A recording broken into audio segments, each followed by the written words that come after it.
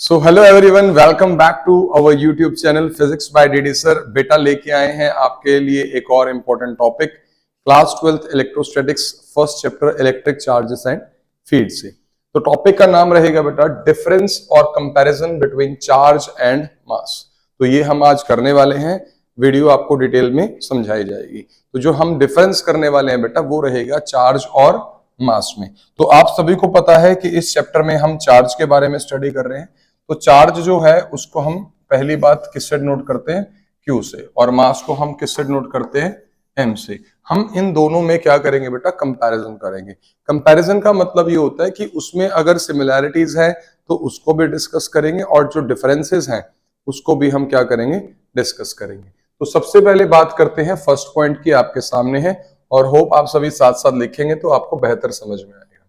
पहली बात लिखता है कि electric charge on a body में बी पॉजिटिव, नेगेटिव और जीरो। ये आप सबको पता है कि जो इलेक्ट्रिक चार्ज होती है वो किसी भी बॉडी पर पॉजिटिव भी हो सकता है। फॉर एग्जांपल अगर मैं एग्जांपल दूं कि पॉजिटिव चार्ज किसके ऊपर होता है बेटा, फॉर एग्जांपल आपको मैं बात करता हूं charge on proton. Charge on a proton, तो प्रोटॉन पे जो चार्ज होता है वो कितना होता है, 1.6 इंटू 10⁻⁻19 कूलम। और ये प्लस का आप लिख सकते हो क्योंकि पॉजिटिव चार्ज होता है। और एग्जांपल पॉजिटिव चार्ज का क्या है, फॉर एग्जांपल अल्फा पार्टिकल है। क्या बेटा आपके पास अल्फा पार्टिकल्स, अल्फा पार्टिकल्स के ऊपर जो चार्ज होता है वो होता है +2e। +2e का मतलब क्या है, पॉजिटिव चार्ज होता है 2 times of elementary charge. Elementary charge की वैल्यू वही होती है जो प्रोटॉन या इलेक्ट्रॉन पे होती है। इसका मैग्नीट्यूड होता है 1.6 इंटू 10⁻⁻19 कूलम। तो प्रोटॉन पे जो चार्ज होता है बेटा वो आएगा सॉल्व करके 3.2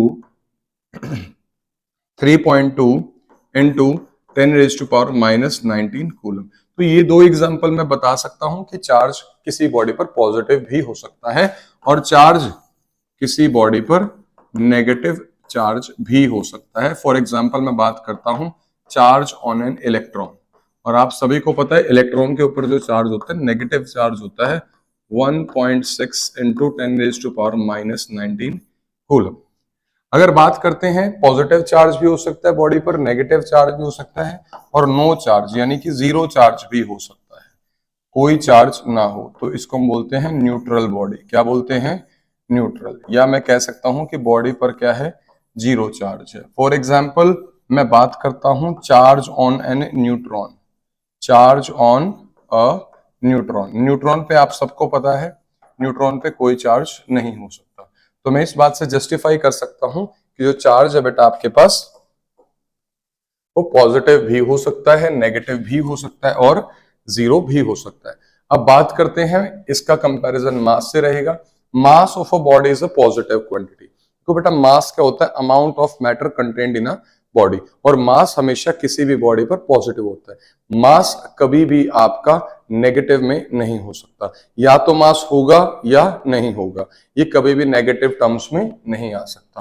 तो ये आपका हो गया फर्स्ट पॉइंट क्लैरिफाइड।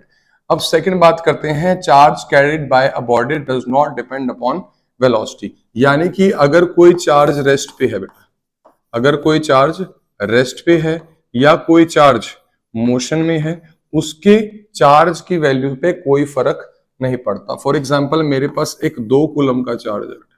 क्या है, 2 कूलम का चार्ज है। जब ये रेस्ट पे था मान लो इसकी वेलोसिटी कितनी थी, 0।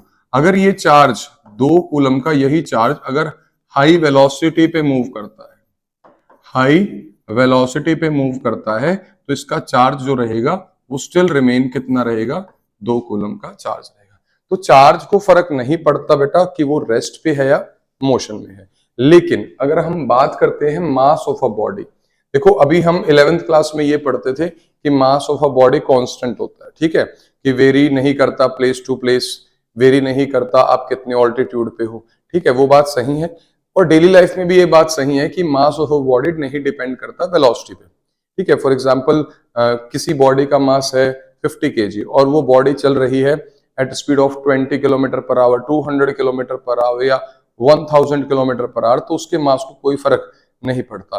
मास किसी भी बॉडी पर फर्क तभी पड़ता है अगर उस बॉडी की वेलोसिटी स्पीड ऑफ लाइट के कंपैरेबल में हो। समझ में आई बात?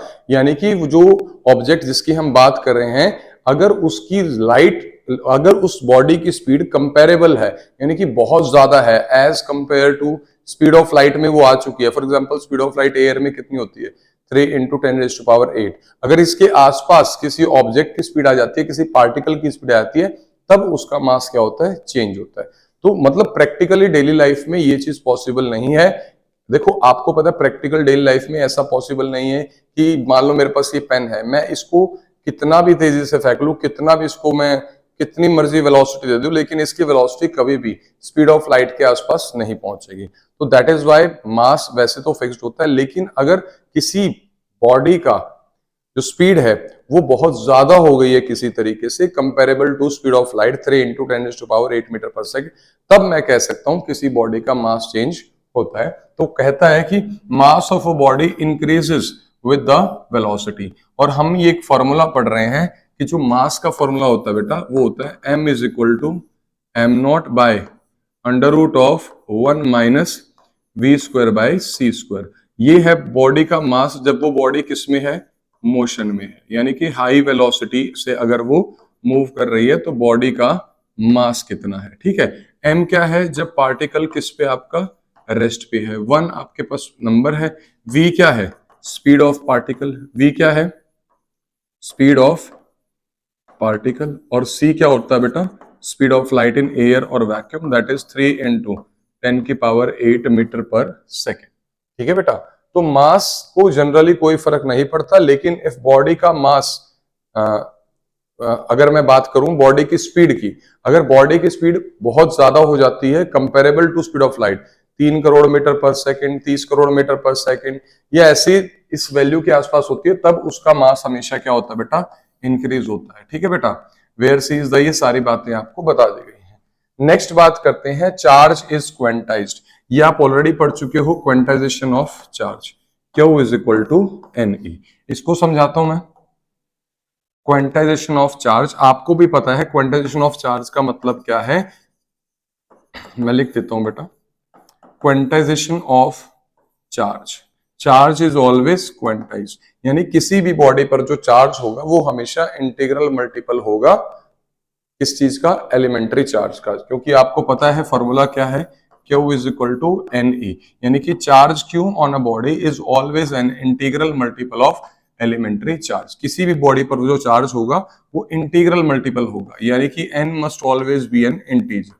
n must always be N integer. n की वैल्यू क्या हो सकती है बेटा? 1 हो सकती है, 2 हो सकती है, 3 हो सकती है। अच्छा, ऐसे करके कंप्लीट नंबर होगा। n कभी भी आपका फ्रैक्शन में या इनकम्प्लीट फ्रैक्शन में नहीं होगा, या ये कभी भी डेसिमल में नहीं होगा। ठीक है बेटा, कहने का मतलब क्या है? किसी बॉडी पर 4 इलेक्ट्रॉन हो सकते हैं, 5 हो सकते हैं, 10 हो सकते हैं, 100 हो सकते हैं, 1000 हो सकते हैं, 80 हो सकते हैं। ठीक है, कुछ भी हो सकता है, 91 हो सकते हैं, कुछ भी नंबर हो सकता है, लेकिन ये कभी भी डेसिमल में नहीं होगा। मतलब ये पॉसिबल नहीं है कि मैं बात करूं कि 2.5 इलेक्ट्रॉन्स ट्रांसफर हुए हैं from one body to another body, या मैं कह रहा हूं 3/4 इलेक्ट्रॉन ट्रांसफर हुए हैं। 3/4 यानी कि वो कहीं ना कहीं डेसिमल में वैल्यू आएगी। ठीक है, तो कभी भी जो इलेक्ट्रॉन्स ट्रांसफर होते हैं वो हमेशा as a complete number transfer होते हैं। कभी भी ये पॉसिबल नहीं है कि 10.5 इलेक्ट्रॉन्स ट्रांसफर हुए हैं या 98.5 इलेक्ट्रॉन्स ट्रांसफर हुए हैं। तो चार्ज हमेशा क्वांटाइज होता है, वो हमेशा इंटीजर के फॉर्म में होता है। फॉर एग्जाम्पल मेरे पास किसी बॉडी पर कितने चार्ज हैं? ये 2 इलेक्ट्रॉन हैं, तो इसके ऊपर जो टोटल चार्ज आएगा वो कितना आएगा? 2 इंटू माइनस 1.6 इंटू 10⁻⁻19 कूलम, तो ये आएगा -3.2 इंटू 10⁻⁻19 कूलम। ऐसा कभी भी पॉसिबल नहीं है कि आपको दे दिया कि एक बॉडी के पास 2.5 इलेक्ट्रॉन है, ऐसा कभी भी पॉसिबल नहीं है। इसी वजह से हम कहते हैं कि चार्ज इज ऑलवेज क्वांटाइज्ड। ठीक है बेटा, अब नेक्स्ट बात करते हैं, quantization of mass is yet to be established. अभी इस चीज पर स्टडी कंटिन्यूअस रहती है कि मास क्वांटाइज हो सकता है कि नहीं हो सकता, लेकिन अभी तक जो नॉलेज है वो यही है कि mass is not necessary to be quantized, क्योंकि आपकी बॉडी का मास डेसिबल में हो सकता है। फॉर एग्जांपल किसी बॉडी का मास 80.5 kg है, तो वो पॉसिबिलिटी है। तो यहां पर मैं कहूंगा कि आप लिख सकते हो कि mass is not quantized, mass quantized नहीं होता। अब बात करते हैं, electric charge is always conserved. ये आपको समझना है। इलेक्ट्रिक चार्ज हमेशा क्या रहता है, कंजर्व रहता है। ये बात आपको ऑलरेडी पता है law of conservation of charge में, कि charge can neither be created nor destroyed but it can be transferred from one body to another body. For example मेरे पास दो स्फीयर है, क्या है बेटा, दो स्फीयर है, इसके ऊपर मान लो कितना चार्ज है, 4 कूलम, और ये बॉडी अनचार्ज थी, कितना था, 0 कूलम। ये दोनों जो स्फीयर है, ठीक है बेटा, ये जो दोनों स्फीयर हैं ये दोनों सिमिलर स्फीयर है, मतलब सेम साइज के, सेम शेप के और सेम मेटल के। अगर मैं इन दोनों स्फीयर को टच करता हूं, इन दोनों स्फीयर को मैं क्या करता हूं, टच करता हूं, तो फॉर एग्जांपल इस पे कितना चार्ज रह जाएगा, 2 कूलम, और इस पे कितना डेवलप हो जाएगा, 2 कूलम। तो हम यहाँ पे कहते हैं चार्ज इज ऑलवेज कंजर्व। देखो बिफोर टचिंग ईच अदर जो टोटल चार्ज था सिस्टम पे वो कितना था, बिफोर एनी फिजिकल कॉन्टेक्ट कितना था टोटल चार्ज, इस तरीके से। अब जब दोनों बॉडीज को कॉन्टेक्ट में लेके आए बेटा, तो चार्ज क्या हुआ, शेयर हुआ, ट्रांसफर हुआ। चार्ज क्या हुआ, ट्रांसफर हुआ from one body to another body. और कब तक ट्रांसफर हुआ, जब तक दोनों इक्विलिब्रियम में नहीं आ जाते। तो इस पर चार्ज आ गया 2 कूलम, इस पर आ गया 2 कूलम, तो अभी भी जो टोटल चार्ज रहेगा वो उतना ही रहेगा जितना पहले था। तो charge can neither be created, charge can neither be created nor destroyed, it always remains conserved. ठीक है बेटा, तो चार्ज आपका हमेशा क्या रहता है, कंजर्व रहता है। नेक्स्ट पॉइंट इस तरफ हम बात करें, mass is not conserved as it can be change into energy and vice versa. देखो मास इज नॉट कंजर्व्ड का मतलब क्या है, आपको पता है अल्बर्ट आइंस्टाइन ने एक इक्वेशन दी थी, E is equal to mc square, E is equal to mc square, जिसमें E क्या है, एनर्जी, और m क्या बेटा, मास, और c क्या है, स्पीड ऑफ लाइट। यानी कि energy can be converted into mass and mass can be converted into energy. अगर मैं बात करूं मास इज नॉट कंजर्व्ड, बेटा इसको समझते हैं पहले। अगर मैं आपको 12th क्लास में ही आप आगे जाके एक टॉपिक पढ़ोगे जिसका नाम है मास डिफेक्ट। क्या है बेटा, मास डिफेक्ट।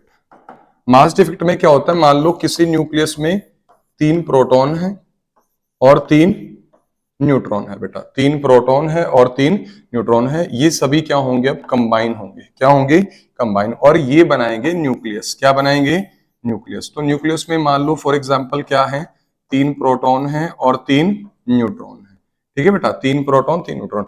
मान लो यहां पर जो मास है वो कितना है, 6 AMU। कितना मास है, 6 AMU। मास कितना है, देखो आपको पता है प्रोटॉन का जो हम मास लेते हैं वो कितना लेते हैं, 1 AMU अप्रोक्सीमेटली, न्यूट्रॉन का भी AMU।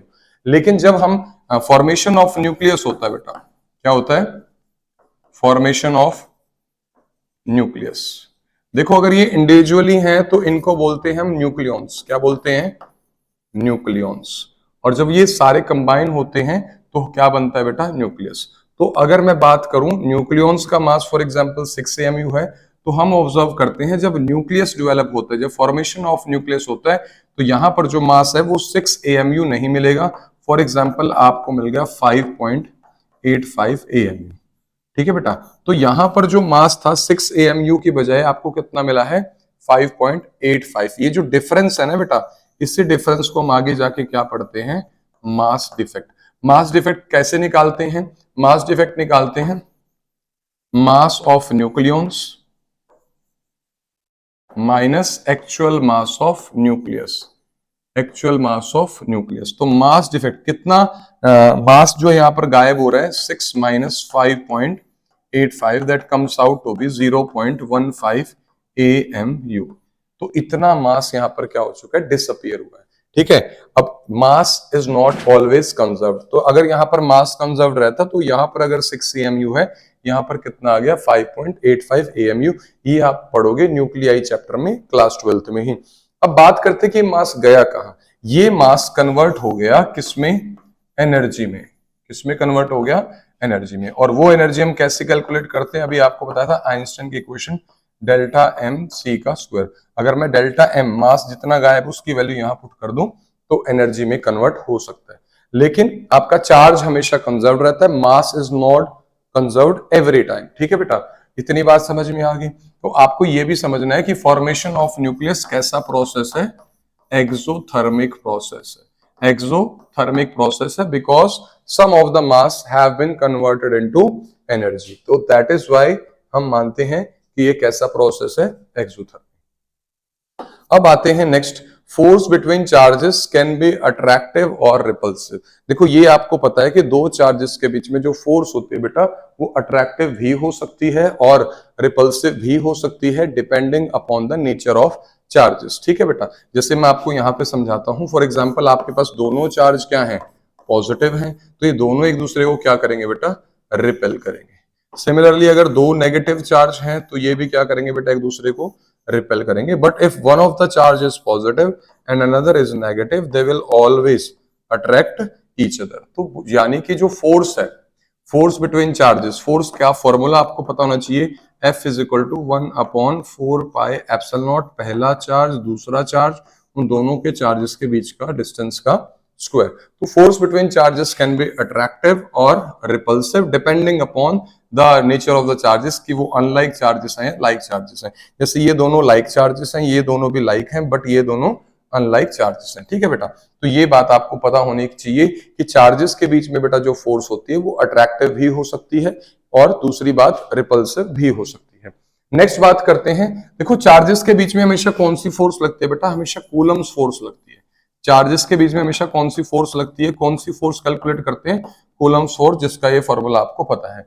लेकिन अगर दो मासेस हैं, फॉर एग्जांपल यहां पर मास m1 है और यहां पर मास m2 है, तो यहां पर मान लें दोनों का पढ़ा होगा न्यूटन्स लॉ ऑफ ग्रेविटेशन में कि every object attracts another object with a force F that is directly proportional to product of their masses and inversely proportional to the square of the distance between them। और यहाँ पर F is equal to G m1 m2 by distance का square, ये आपने Newton's law of gravitation पढ़ा होगा। तो यहाँ पर हम डेफिनेशन जब लिखते हैं तो उसमें लिखते हैं every object attracts another object, कि हर ऑब्जेक्ट दूसरी ऑब्जेक्ट को हमेशा क्या करता है, अट्रैक्ट करता है। यहां कहीं पर भी रिपल्शन की बात नहीं होती। तो the gravitational force between two masses sorry is always attractive, यानी कि एक ऑब्जेक्ट हमेशा दूसरी ऑब्जेक्ट को क्या करेगी, अट्रैक्ट करेगी। देखो अगर मैं मान लेता हूं मेरे पास एक इलेक्ट्रॉन यहां है और एक इलेक्ट्रॉन यहां है, ठीक है। अब यहां पे अगर मैं आपसे पूछता हूं कि कूलम फोर्स का फॉर्मूला लगाओगे या ग्रेविटेशनल फोर्स का, ठीक है बेटा। अगर यहां पर दोनों चार्जेस के बीच में आपको ग्रेविटेशनल फोर्स निकालनी है, ठीक है, तो आपके पास फॉर्मूला ये लगेगा। अगर दोनों चार्जेस के बीच में आपको फोर्स ऑफ अट्रैक्शन या repulsion in terms of Coulomb's law वाली लगानी है, तो यहाँ पर ये वाला फॉर्मूला गया। यहाँ पर Q1 Q2 की वैल्यू क्या आएगी, 1.6 इंटू 10⁻⁻19, यहाँ पर भी सेम। लेकिन जब यहाँ पर मास की बात आ गई तो मास ऑफ इलेक्ट्रॉन की वैल्यू होती है 9.1 इंटू 10⁻31 kg। तो यहां से भी आप फोर्स कैलकुलेट करोगे, यहां से भी फोर्स कैलकुलेट करोगे, दोनों फोर्सेस की वैल्यू अलग आएगी। ये जो फोर्स आएगी ये आएगी दोनों इलेक्ट्रॉन्स के बीच में ग्रेविटेशनल फोर्स कितना है, और यहां से जो वैल्यू आएगी वो आएगी दोनों जो इलेक्ट्रॉन्स हैं वो कितनी फोर्स से एक दूसरे को रिपेल करेंगे, कूलम्स फोर्स। ठीक है, यहां से रिपल्शन की फोर्स आ जाएगी, यहां से अट्रैक्शन की। रिपल्शन की यहां से क्यों आएगी, कि दोनों चार्ज नेगेटिव है। यहाँ पर अट्रैक्शन की क्यों आएगी, क्योंकि force of gravitation is always an attractive force. तो दो मासेस को अगर हम कंसिडर करते हैं तो हमेशा ग्रेविटेशनल फोर्स लगेगी। अगर मैं दो चार्जेस के बीच की बात करूंगा तो वहां पर हमेशा कूलम फोर्स लगेगी। अब सिक्स्थ पॉइंट देखिए, सिक्स्थ पॉइंट में कहता है the force between two charges follows inverse square law, और यहां पर भी force between two masses also follows inverse square law, यानी कि हमेशा ये इनवर्स स्क्वायर लॉ को फॉलो करते हैं। फॉर एग्जांपल मेरे पास दो चार्जेस हैं Q1 Q2 at a distance, इन दोनों के बीच का डिस्टेंस कितना बेटा r। तो यहाँ पर फोर्स जो कूलम फोर्स की बात होगी 1/4 pi epsilon not Q1 Q2 बटे डिस्टेंस का स्क्वायर। लेकिन मैं अगर यहीं पर दो मासेस लेता हूं, एक मास m1 है एक मास m2 है, centre to centre distance r है, तो यहां पर जो फोर्स लगेगी वो लगेगी F is equal to G m1 m2 by distance का स्क्वायर। ठीक है बेटा, 1/4 पाई एप्सिलॉन नॉट की वैल्यू कितनी होती है, 9 इंटू 10⁻⁹ न्यूटन मीटर स्क्वायर पर कूलम स्क्वायर, और कैपिटल जी की जो वैल्यू होती है बेटा 6.67 इंटू 10⁻⁻11 न्यूटन मीटर स्क्वायर पर केजी स्क्वायर। तो ये डिफरेंस है। अच्छा, इंपॉर्टेंट बात जो हम कर रहे हैं कि वो है कि जो फोर्स है वो इनवर्सली प्रोपोर्शनल है किसके, स्क्वायर ऑफ द डिस्टेंस। तो यहां पर भी है और यहां पर भी, यानी कि दोनों ही लॉज, यानी ग्रेविटेशनल और कूलम्स लॉ दोनों क्या फॉलो करते हैं, इनवर्स स्क्वायर, यानी कि जो चार्जेस के बीच में फोर्स होती है वो क्या करती है, ओबे करती है इनवर्स स्क्वायर लॉ को। और यहाँ पर दो मासेस हैं तो वहां पर भी आपके जो फोर्स आएगी वो दोनों क्या करेंगे बेटा, इनवर्स स्क्वायर लॉ को फॉलो करेंगे। अब हम बात करते हैं नेक्स्ट पॉइंट की। तो नेक्स्ट पॉइंट है आपका charge can not exist without mass. कि charge can not exist without mass कि मतलब किसी बॉडी, अगर मैं कहता हूं किसी बॉडी पर चार्ज है कितना, 2 कूलम, तो उसके पास मास भी 101% कंफर्म है, होगा ही होगा। ऐसी कभी भी पॉसिबिलिटी नहीं होती कि बॉडी के पास चार्ज है लेकिन मास नहीं है। समझ रहे हो बात? बॉडी के पास अगर चार्ज है तो उसके पास मास जरूर होगा, ऐसा कभी भी पॉसिबल नहीं है, क्योंकि मास कैन नेवर बी जीरो, तो मास कभी भी जीरो नहीं हो सकता। समझ में आई बात? तो हम कहते हैं charge can not exist without mass. ठीक है, बात समझ में आई? अब बात करते हैं मास कैन एग्जिस्ट विदाउट चार्ज। बिल्कुल हो सकता है, कोई भी बॉडी है इसके पास मास तो है लेकिन जरूरी नहीं है कि इसके पास चार्ज हो। ऐसा कैसे पॉसिबल है? क्योंकि अनचार्ज बॉडी है। या मेरे पास एक कैसी बॉडी है बेटा, न्यूट्रल बॉडी है। न्यूट्रल बॉडी क्या होती है? जिसके पास जितना अमाउंट ऑफ पॉजिटिव चार्ज उतना ही अमाउंट ऑफ नेगेटिव चार्ज, यानी कि बॉडी का मास तो होगा कुछ ना कुछ, लेकिन यहाँ पर अगर नेट चार्ज की बात करें तो नेट चार्ज कितना हो गया आपके पास, 0।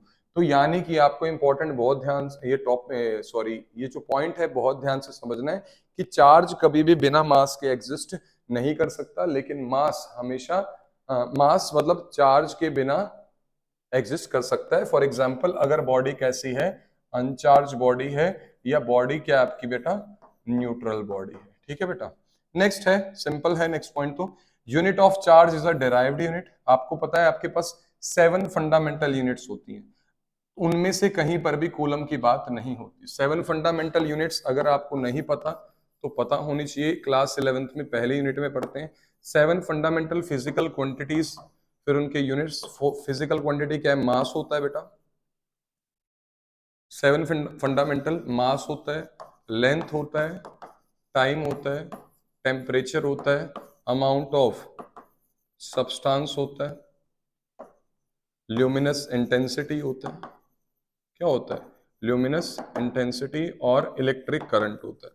ये 7 फंडामेंटल यूनिट्स में कहीं पर भी चार्ज की बात नहीं है, या इनकी जो यूनिट है, जैसे मास की यूनिट क्या है, केजी, लेंथ की मीटर, टाइम की सेकंड, टेम्परेचर की ऐसा unit kelvin, amount of substance की रहेगी बेटा मोल, ल्यूमिनस इंटेंसिटी की रहेगी कैंडेला, और करंट की रहेगी एम्पियर। तो ये बहुत बेसिक सा डिफरेंस हम बता रहे हैं कि यूनिट ऑफ चार्ज जो है कूलम, वो एक डिराइव्ड यूनिट है क्योंकि वो फंडामेंटल यूनिट नहीं है। डिराइव्ड यूनिट कैसी होती है? जब हम किन्हीं फंडामेंटल यूनिट को मल्टीप्लाई या डिवाइड करके करते हैं। अब देखो कैसे आती है, डिराइव्ड कैसे है।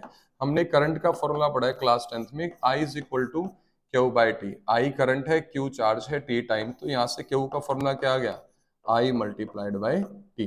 तो जब फॉर्मूला ही इसका फंडामेंटल पे डिपेंड कर रहा है तो ये खुद फंडामेंटल नहीं है। देखो करंट है, टाइम है। तो जो फिजिकल क्वांटिटी किन्हीं दो फंडामेंटल क्वांटिटी के मल्टीप्लाई डिवाइड होने से आती है वो हमेशा कौन सी क्वांटिटी होती है, डिराइव्ड क्वांटिटी। अगर ये क्वांटिटी डिराइव्ड है तो इसकी जो एसआई यूनिट रहेगी वो भी आपके डिराइव्ड रहेगी। लेकिन जो यूनिट ऑफ मास है वो क्या है, एक फंडामेंटल यूनिट है, ये हम कह सकते हैं। या ये भी कह सकते हैं चार्ज क्या है, एक डिराइव्ड फिजिकल क्वांटिटी है, और मास क्या है, एक फंडामेंटल फिजिकल क्वांटिटी है। मास तो ऑलरेडी फंडामेंटल यूनिट में मैंने सबसे ऊपर लिखा है, तो मास आपके पास फंडामेंटल है। समझ में आई बात? अब बात करते हैं an accelerated charge emits radiation. ये आप फर्दर पढ़ोगे कि जब कोई भी इलेक्ट्रॉन्स, बेटा देखो एक बात और समझ लो, अगर कोई इलेक्ट्रॉन क्या है, रेस्ट पे है, तो वो क्या बनाएगा, इलेक्ट्रिक फील्ड। क्या बनाएगा बेटा, इलेक्ट्रिक फील्ड। अगर कोई इलेक्ट्रॉन एक एक्सेलरेटेड, एक्सेलरेशन 0 है, मतलब यूनिफॉर्म मोशन में है, एक ही स्पीड पर चल रहा है, क्या है, एक ही स्पीड पर चल रहा है, यूनिफॉर्म मोशन में है, तो वो क्या बनाता है, मैग्नेटिक फील्ड। क्या बनाता है बेटा, magnetic field, as well as electric field. लेकिन अगर कोई चार्ज पार्टिकल, देखो चार्ज पार्टिकल इलेक्ट्रॉन्स भी हो सकते हैं, कोई भी पॉजिटिव चार्ज, अगर इलेक्ट्रॉन या कोई भी पार्टिकल एक्सेलरेटेड मोशन में है, किसमें है, एक्सेलरेटेड मोशन में है, यानी कि एक्सेलरेशन की वैल्यू इज नॉट 0, तो हमेशा क्या एमिट करता है बेटा, रेडिएशन, हमेशा क्या एमिट करेगा, रेडिएशन। ठीक है, ठीक है। फॉर एग्जाम्पल अगर कोई इलेक्ट्रॉन सर्कुलर पाथ में भी घूमता है, तो सर्कुलर पाथ में अगर एक ही स्पीड पे भी चल रहा है तब भी उसको हम कैसा मोशन बोलते हैं, एक्सेलरेटेड मोशन। एक्सेलरेटेड मोशन क्यों बोलते हैं, क्योंकि एट एवरी इंस्टेंट इसकी क्या चेंज हो रही है, वेलोसिटी की डायरेक्शन। वेलोसिटी की डायरेक्शन अगर यहां पता करनी है तो टेंजेंट ड्रॉ करते हैं, ये आ गई वेलोसिटी की डायरेक्शन। तो हर पॉइंट पे क्या चेंज हो रही है, वेलोसिटी की डायरेक्शन। अगर वेलोसिटी की डायरेक्शन चेंज हो रही है तो हम कहेंगे कि उसमें वेलोसिटी चेंज हो रही है, और जब वेलोसिटी चेंज होती है तो उस मोशन क्या बोलते हैं, एक्सेलरेशन। तो फिजिक्स कहती है कि हमेशा कोई भी चार्ज पार्टिकल जब एक्सेलरेटेड मोशन में होता है वो हमेशा क्या एमिट करता है, रेडिएशन। लेकिन अगर कोई भी मास एक्सेलरेशन में है, कोई भी मास एक्सेलरेटेड मोशन में है, वहां पर कोई रेडिएशन वो एमिट नहीं करता। So this was all what we discussed about the difference between charge and mass. तो होप आप सबको ये समझ में आया होगा। तो बेटर है आप इसका स्क्रीनशॉट ले लीजिए, और बिल्कुल बेसिक और इंपॉर्टेंट टॉपिक हम इसको कह सकते हैं। तो हमने आज डिफरेंस किया, कंपैरिजन किया एक्चुअली चार्ज और मास का। तो होप आप सबको वीडियो समझ आई होगी। So thank you very much.